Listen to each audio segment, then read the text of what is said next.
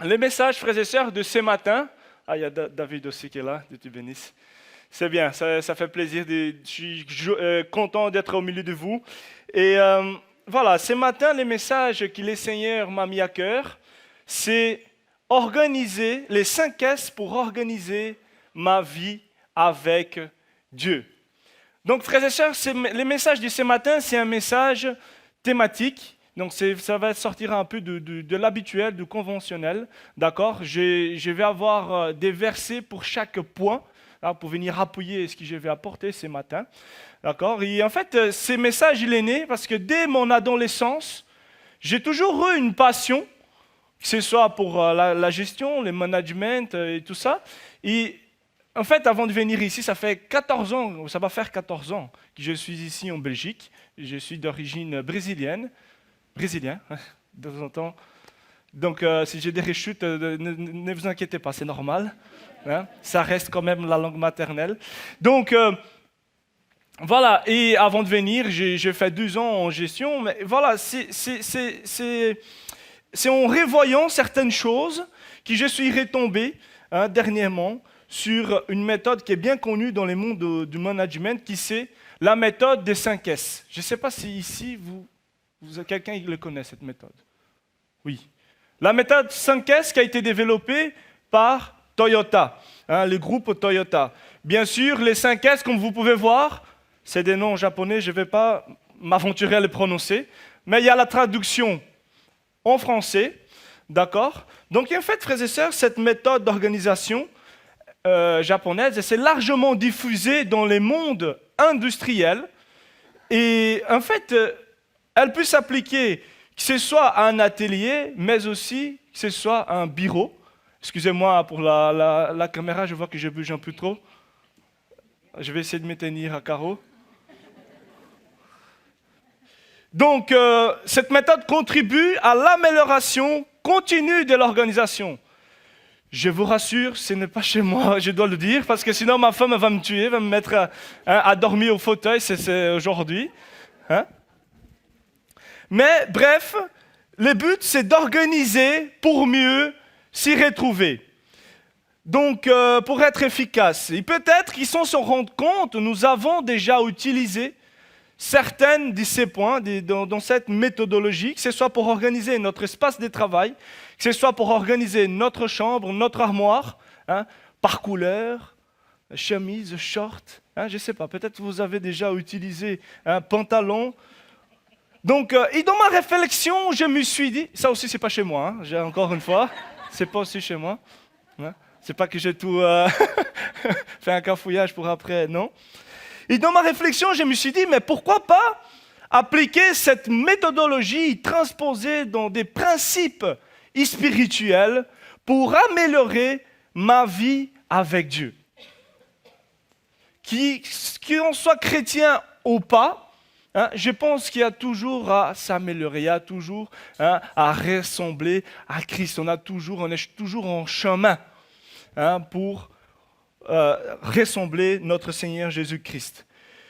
Peut-être que dans ta vie, aujourd'hui, tu es confus, c'est les désordres dans ta vie personnelle, dans ta vie émotionnelle, dans ta vie professionnelle, c'est les désordres dans ta relation avec Dieu. Mais, ce matin, je veux te dire, il y a de l'espoir en Jésus-Christ. Peut-être ta vie est comme ce bureau ou cette chambre. Ou peut-être tu es chrétien, mais qui tu dis, mais Seigneur, après un bilan, mais j'ai pu aller encore plus loin avec toi. Il y a toujours, frères et sœurs, à aller plus loin avec le Seigneur. On a toujours à apprendre. Et donc cela m'a parlé, ça m'a aidé, et j'espère que vous serez enrichis et que ce message pourra vous édifier ce matin. Amen. Donc le premier pas pour organiser ma vie avec Dieu, c'est supprimer, débarrasser. 1 Corinthiens 10, verset 23, il nous dit, « Tout est permis, mais tout n'est pas utile. Tout est permis, mais tout n'édifie pas. » En fait, frères et sœurs, dans cette première étape, nous devons libérer l'espace de travail.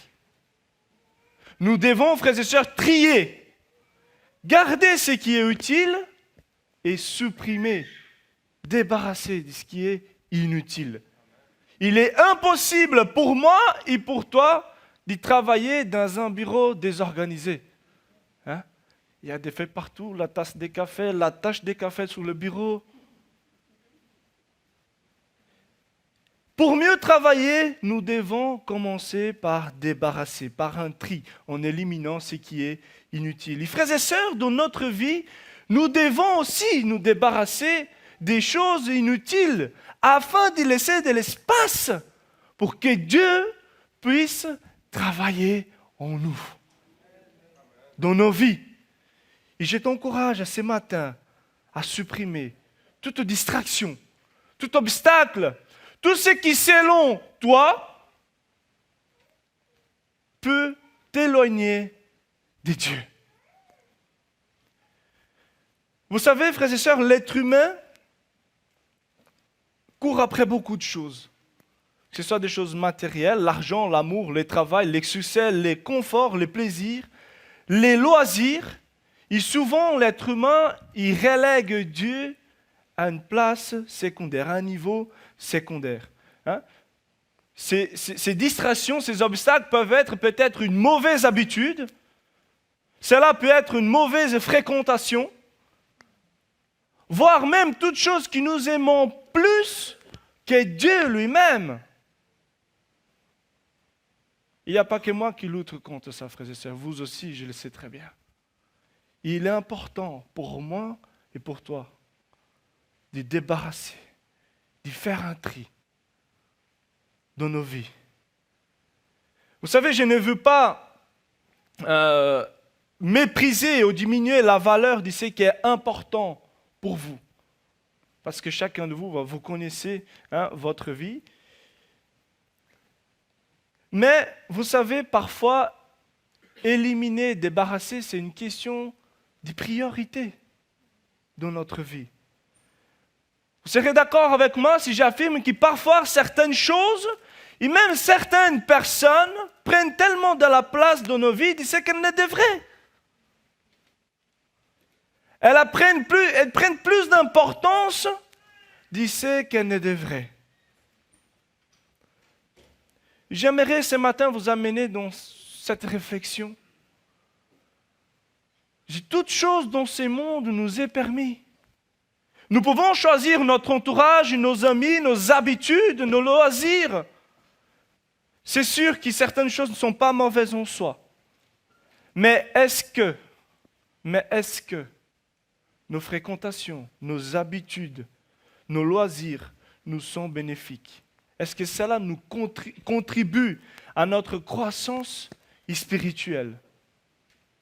Dans tout ça, qu'est-ce qui m'est utile et qui me fait approcher de Dieu? Et qu'est-ce qui m'est inutile et qui me fait éloigner de Dieu? Donc, frères et sœurs, si nous voulons mettre de l'ordre dans notre vie avec le Seigneur, il est impératif pour moi et pour toi de débarrasser, supprimer, éliminer toute chose inutile afin de laisser de l'espace pour que Dieu travaille dans nos vies. La parole nous dit que nous sommes les temples du Saint-Esprit. C'est là que le Seigneur travaille. Et vous savez, frères et sœurs, nous devons tout d'abord laisser le Seigneur travailler en nous pour après le laisser travailler à travers nous. C'est comme ça que ça se passe. Nous ne pouvons pas vivre une double vie. Seigneur, ne me transforme pas, mais moi je vis une vie d'apparence. Non. Parfois nous sommes certains chrétiens, pas vous, pas ici, pas non plus de mon église, dans l'église universelle. Parfois, certains ils sont en contradiction. Ce qu'ils professent vivre, ce qu'ils vivent réellement. Et frères et sœurs, aujourd'hui, Dieu nous appelle à faire un tri dans nos vies. Amen. Nous devons supprimer, mais aussi le deuxième pas pour organiser ma vie avec Dieu, c'est situer, ranger. Éphésiens 4, versets 22 à 24, il nous dit comme ceci. On vous a enseigné à vous débarrasser du vieil homme qui correspond à votre ancienne manière de vivre. Il s'y détruit sous l'effet de ses désirs trompeurs. À vous laisser renouveler par l'esprit dans votre intelligence et à vous revêtir de l'homme nouveau, créé selon Dieu dans la justice et la sainteté qui produit la vérité. Donc après avoir débarrassé, supprimé, la deuxième étape consiste à bien situer les choses pour nous faciliter le travail. C'est-à-dire que nous devons maintenant, frères et sœurs, maintenant que nous sommes débarrassés de ces vieils hommes, nous devons mettre maintenant en place notre nouvelle vie en Christ. Notre manière de vivre en Christ, bien ranger notre vie spirituelle, nos convictions, nos émotions, bien ancrées. J'ai bien aimé comme Sébastien il a mené la louange ce matin. Laissons que ces paroles puissent s'ancrer. Ce sont des vérités de la parole de Dieu. Nous devons prendre le temps pour réfléchir à ces choses qui sont ancrées dans notre cœur.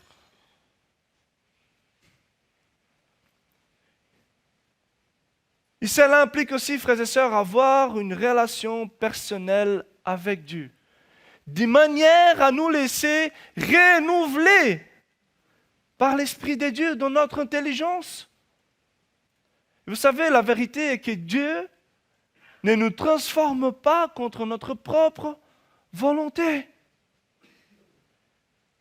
Il faut que nous puissions venir avec cette disposition du cœur, Seigneur, je veux m'approcher de toi. Mais je veux te ressembler. Mais pour que je puisse lui ressembler, je dois me laisser transformer. Avoir un cœur malléable. Et mon frère, ma soeur, cette transformation demande une acceptation, un consentement, une approbation de notre part. Nous devons nous laisser transformer par la parole de Dieu. Nous devons laisser l'Esprit de Dieu faire un rangement dans notre vie, dans nos valeurs, dans notre morale, dans notre vie spirituelle. Et vous savez, tout simplement, comme nous dit en Romains 12, de ne pas nous conformer par les siècles présents, mais de nous laisser transformer dans notre intelligence. Tout simplement, ranger, situer, c'est vraiment faire une mise en conformité de notre intelligence selon la vérité de Dieu. C'est ça.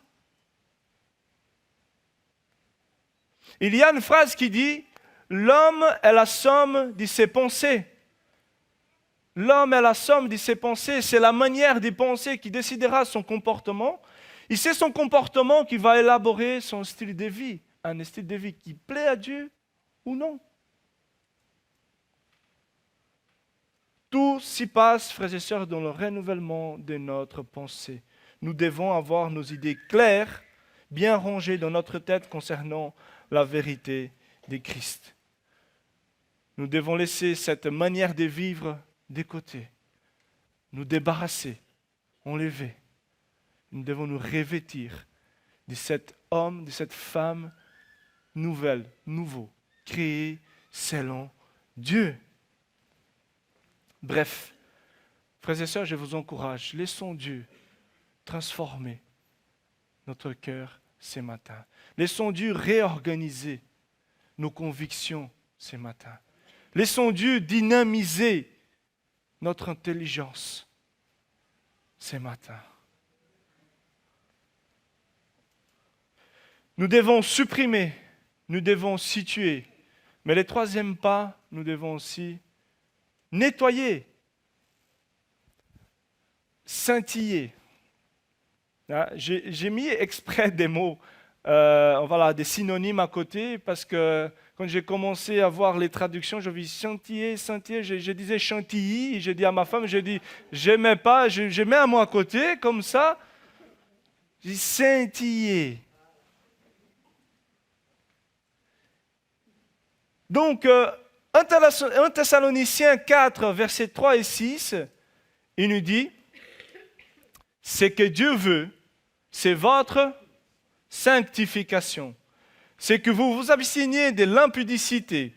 C'est que chacun de vous sache posséder son corps dans la sainteté et l'honnêteté, sans vous livrer à une convoitise passionnée comme font les païens qui ne connaissent pas Dieu. C'est qu'une personne n'use envers son frère des fraudes et des cupidités dans les affaires. Donc la troisième méthode japonaise consiste à conserver la propreté dans notre espace de travail. Si je transpose cela dans des principes spirituels, nous pouvons affirmer que cette étape du nettoyage, elle est similaire à la sanctification. Vous êtes d'accord avec moi? Si sanctifier signifie s'y purifier, s'y séparer de toute souillure, de tout mal, s'y mettre à part. Tout simplement devenir de plus en plus consacré à Dieu.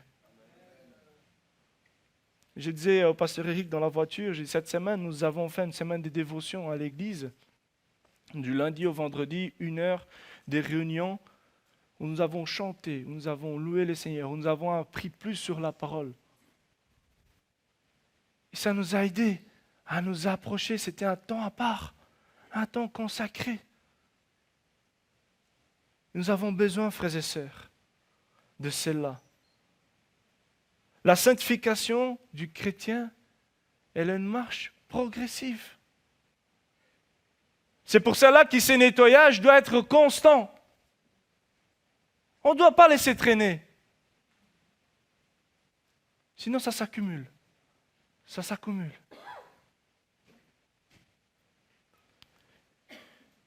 Nous devons nous efforcer pour marcher de progrès en progrès. Jacques 4, versets 7 à 10, il nous dit, nettoyez-vous donc,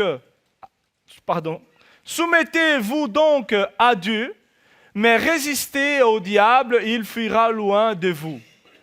Approchez-vous de Dieu, il s'approchera de vous. Nettoyez vos mains, pécheurs, purifiez votre cœur, hommes partagés. Ayez conscience de votre misère, soyez dans le deuil et dans les larmes, que votre rire s'y change en deuil, votre joie en tristesse. Humiliez-vous devant le Seigneur et il vous élèvera. La sanctification est ce parcours où nous devons constamment nettoyer nos mains. Jacques nous dit de nettoyer nos mains, mais bien sûr, ce n'est pas par la même raison qu'Yves Van Latem nous a dit, d'y laver les mains. Non, ce n'est pas cette raison-là, mais c'est dans un sens figuré. Vous savez, dans les Écritures, cette expression est souvent utilisée pour dire de s'y purifier du mal qu'on commet. Et le psalmiste dira, dans le psaume 18, verset 21, « L'Éternel m'a traité selon ma droiture, il m'a rendu selon la pureté de mes mains. » La pureté de mes mains, de nos mains, symbolise, frères et sœurs, de soigner notre attitude extérieure, soigner nos actions, soigner notre comportement. Et par la suite, on voit que Jacques il a exhorté à purifier nos cœurs. Purifier nos cœurs signifie aussi également nettoyer notre être intérieur, nettoyer nos émotions, nettoyer les désirs de nos cœurs, nos motivations, nos pensées. Et frères et sœurs, pendant ces processus de sanctification, nous devons conserver la propreté dans notre vie, dans cet espace où Dieu il est en train de travailler. C'est plus agréable pour moi et toi quand on arrive au travail et qu'on se dit « c'est propre, c'est bien. C'est bien, on peut bien travailler aujourd'hui. »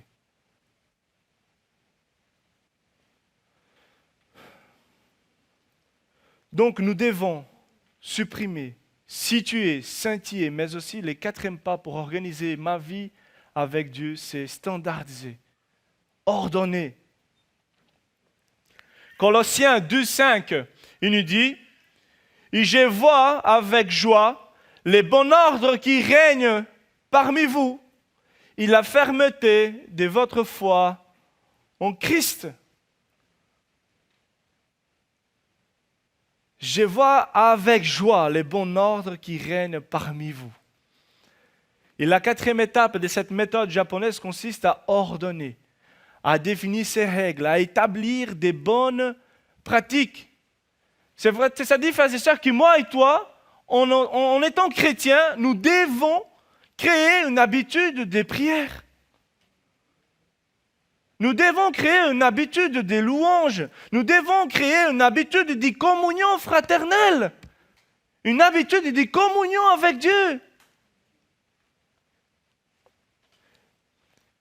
Les croyants de l'église de Colosse étaient ordonnés. Ce que j'aime bien, c'est que la façon comme ils sont ordonnés, ça va de pair avec leur fermeté dans la foi.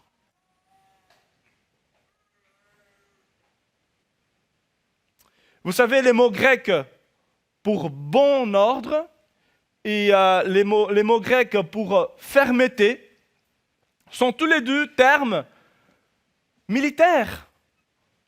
Les mots grecs, donc bon ordre, désignent une rangée des soldats en ordre de combat, tandis que fermeté désigne la solidité d'une formation des soldats. C'est-à-dire, frères et sœurs, Paul il était là, imaginez-vous la scène, hein. Paul il est là, il passait en revue toutes ces troupes de l'église des Colosses, comme un officier. Hein. Et Paul était dans la joie quand il constate qu'il se soit individuellement, mais qu'il se soit collectivement, ils sont ordonnés. Ils tiennent ferme dans leur vie spirituelle, ils sont ordonnés. Et aujourd'hui, j'aimerais t'encourager à créer un emploi du temps qui te permettra de te mettre sur la bonne voie avec Dieu. Si tu ne le fais pas encore, je te conseille d'ajouter un petit culte personnel. Vous savez, parfois, 5 minutes dans ta voiture, 5 minutes dans le train, je ne sais pas, que tu te mets à lire ou à mettre en connexion avec Dieu. Je ne parle pas d'envoyer un mail. Hein? Seigneur, bénis cette journée, amen. C'est parti. Oui, il peut arriver des jours comme ça. Mais je parle de créer une habitude. Si tu passes une semaine, 2, 3, 4, 5, il faut remettre les choses dans le bon ordre. Vous savez, frères et sœurs, on prévoit tellement de choses à faire pour le travail, pour l'école, pour l'université. On prévoit nos loisirs. Hein, on prévoit, telle date, il ne faut pas que j'oublie de payer telle facture. Mais nous devons aussi organiser, prévoir notre temps avec Dieu. Quelques conseils pratiques pour votre quotidien. Ajoutez la prière. Ajoutez un chant de musique chrétienne, une louange, une lecture de la parole, je ne sais pas. Quels conseils pratiques hebdomadaires? Ajoutez la réunion des prières et l'étude biblique que vous faites. Le pasteur Eric, tous ses assistants, ses collaborateurs, ils mettent en œuvre tout cela pour vous nourrir. Je suis sûr qu'ils ne vous donnent pas du lait ici. Hein? Le consistant. Il est important, nous avons besoin, frères et sœurs. Que ce soit dans des groupes des maisons, que ce soit autre activité au sein de la communauté, aussi, on peut de temps en temps, pourquoi pas, regarder des messages sur Internet, des prédications des églises qui aujourd'hui font de bon travail, mais attention, regardons aussi ce qu'on regarde, les églises qu'on regarde, quels sont ces prédicateurs. Faites-vous conseiller aussi par vos pasteurs. C'est important pour ne pas prendre tout et n'importe quoi. Quelques conseils pratiques mensuels. Pourquoi pas jeter une veillée des prières? Pourquoi pas un jeûne par mois?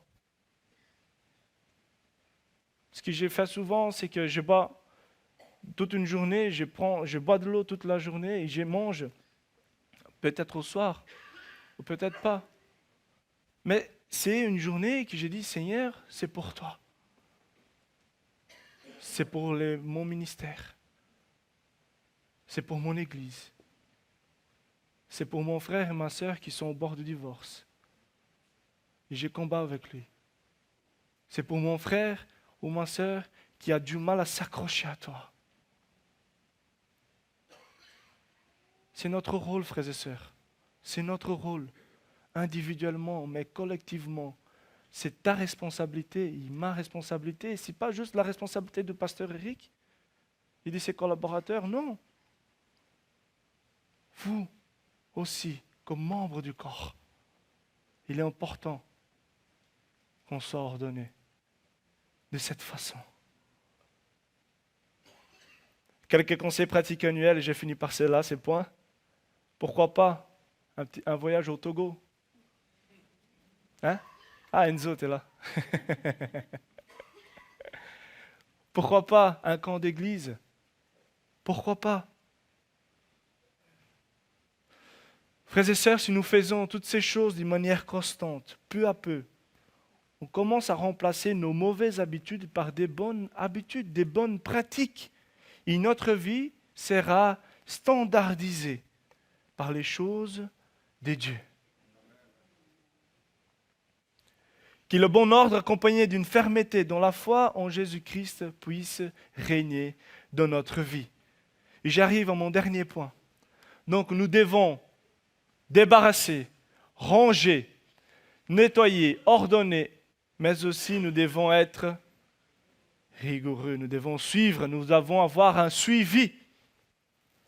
1 Corinthiens 10, verset 12, il nous dit « Ainsi donc, que celui qui croit être debout, fasse attention à ne pas tomber. » Donc, cette dernière étape consiste à suivre les 4 opérations précédentes. Il faut que systématiquement, je puisse m'analyser pour m'améliorer. Si je transpose cela en principe spirituel, nous pouvons affirmer que cette étape est l'étape de la constance spirituelle. Si on croit être debout, on doit veiller, faire attention pour ne pas tomber. Il faut tenir la cadence. Et vous n'êtes pas sans savoir, frères et sœurs, que la vie chrétienne, il y a des hauts et des bas.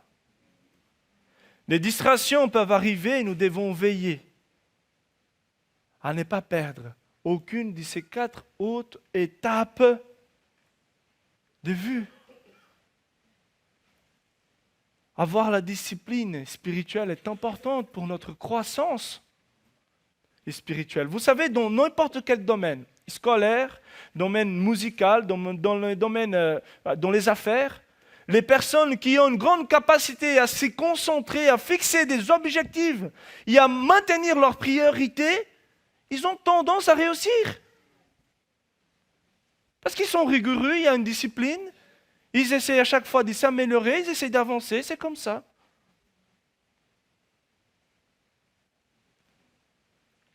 Pourquoi, dans notre vie spirituelle, cela devrait être différent? Pourquoi?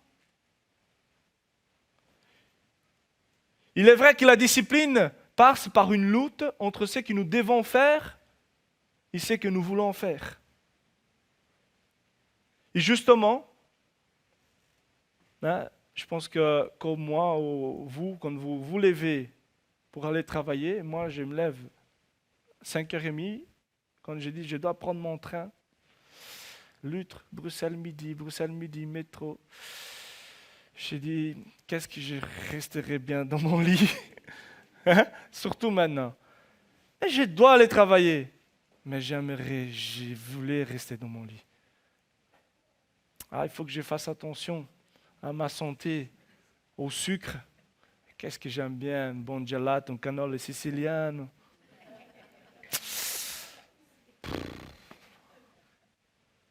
C'est c'est ce qu'on doit. C'est ce qu'on doit et aussi c'est que je veux faire.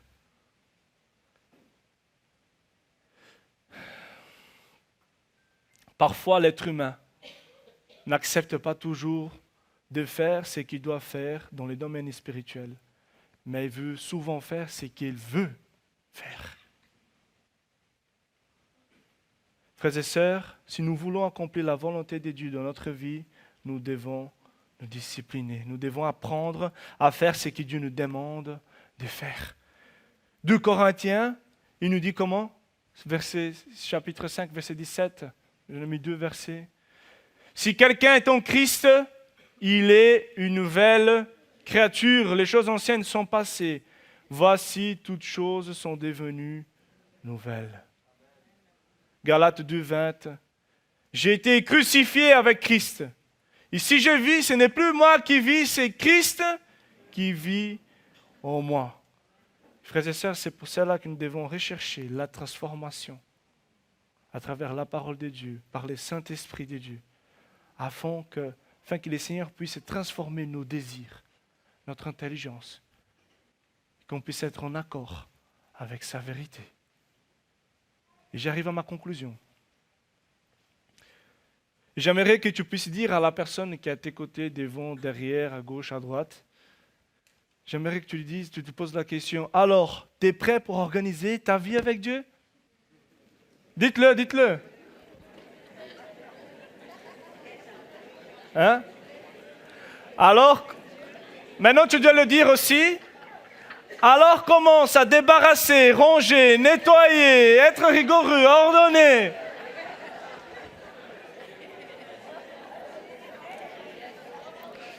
Par contre, si c'est ton épouse que tu dis c'est là, elle va dire à la maison aussi, fais-le pareil.